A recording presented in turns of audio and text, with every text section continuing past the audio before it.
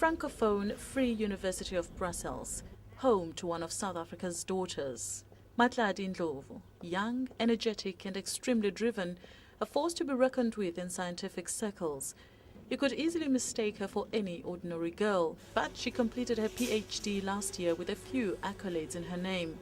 I'm curious to find out what got her on this path in the first place.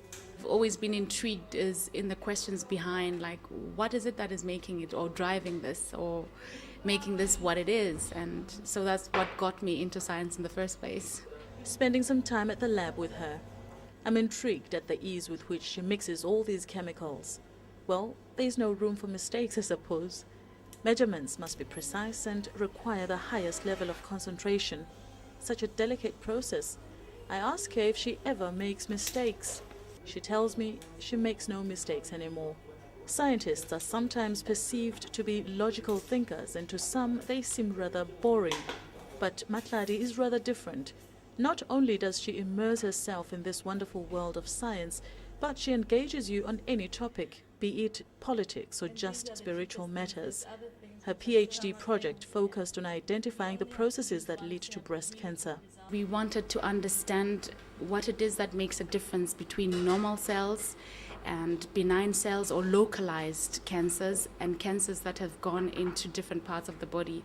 But we are looking at it at a very molecular level, that means in the genes, to say which genes are on, which genes are off, when it's normal and when it's localized and when it's going to different parts of the body, which is the most dangerous cancer, the one that is metastasizing or going through the blood to other parts of the body. The idea is to come up with treatments that will target the exact cells that have developed cancer, leaving the healthy ones untouched.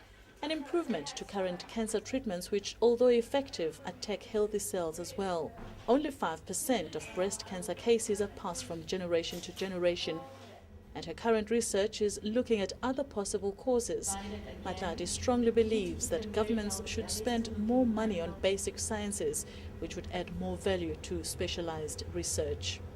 Let's focus on the fundamental research and let the government, I think, encourage universities through funding this kind of research, so they can in turn encourage the students to be involved in this kind of research. While government efforts are in place to encourage young people to take up sciences in school, it is equally important that South Africans themselves take a lot more interest, because indeed everything hinges on science. I'm Muntulu Kozi for SABC News in Brussels.